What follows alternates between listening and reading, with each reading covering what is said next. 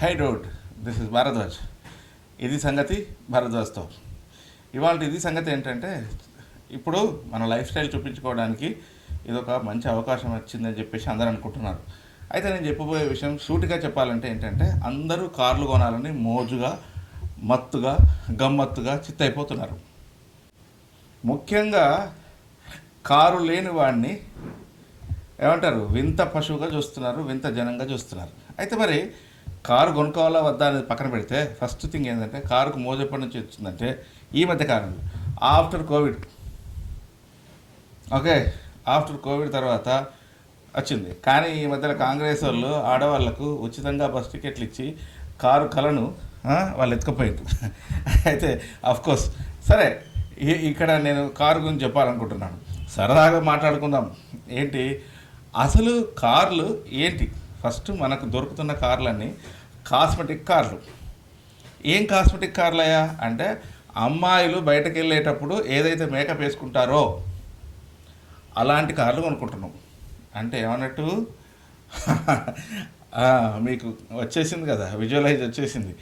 Very dangerous కార్లు ఉన్నాయి, అంటే కార్ల కంపెనీలు ఉన్నాయి, జాగ్రత్త. అయితే ఫస్ట్ థింగ్ ఏంటంటే, కాస్మెటిక్ కార్లు కొనకండి. కాస్మెటిక్ కారు కొని మీ కుటుంబానికి రక్షణ గురించి అడగద్దిగా. మరి ఏం కారు కొనాలి, ఎలాంటి కారు కొనాలి అంటే, సరే ఆ విషయాన్ని నెక్స్ట్ కమింగ్ వీడియోస్లో మాట్లాడుకుందాం. ముందు కాస్మెటిక్ కార్లు కొనకండి, ఫస్ట్ కన్ఫ్యూజ్ అవ్వకండి. కారు కొనాలి, ఇల్లు కావాలి, ఆ ప్రణాళికలు ఉంటాయి, ఉండాలి కూడా. ఇవాళ లైఫ్ స్టైల్ చూపిస్తేనే ప్రజలందరూ ఏమంటారు, సర్వైవ్ కాగలరు. మనమేంటో చెప్పాలంటే మన లైఫ్ స్టైల్ మనం చూపించాలి. మరి చూపించాలి, కానీ secured lifestyle, satisfied lifestyle, happy lifestyle. పక్కోడికి చూపించడానికి కారు ఉందంటే, నువ్వు ఈ కారులో కూర్చున్నప్పుడు నీ కారుకు ఏమంటారు, 5 స్టార్ రేటింగ్ లేదనుకో, లోపల మీదికే ఏమంటారు చూసింటా, మేక తోలు కప్పకుండా పులిలాగనట్టు. అట్లా కాదు, పులిలాంటి కారే కొను.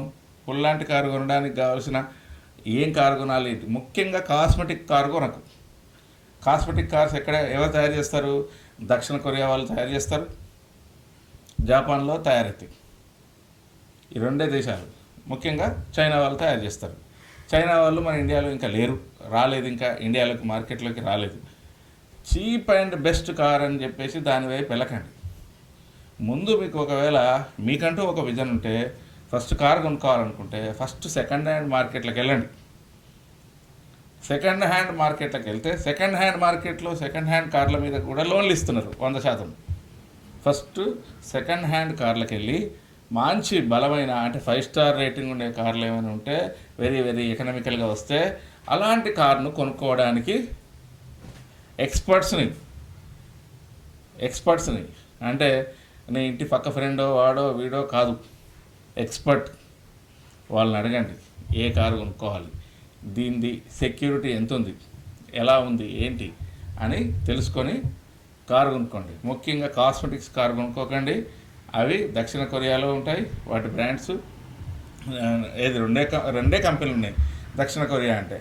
ఒకటి హుండాయ్, రెండోది కియా, మన దేశంలో దొరికేటివి. ఇకపోతే జపాన్లో దొరికేటి, మన ఇండియాలో ఇంటింటికి గల్లీకి దొరికేటి ఏంటి, సుజుకి. ఇప్పుడు సుజుకి, దాన్ని మొన్నటి వరకు మారుతి సుజుకి అనేవాళ్ళు. అన్నీ సుజుకిలో దొరికే ప్రతి మోడలు కాస్మెటిక్ కారే. ఓకేనా?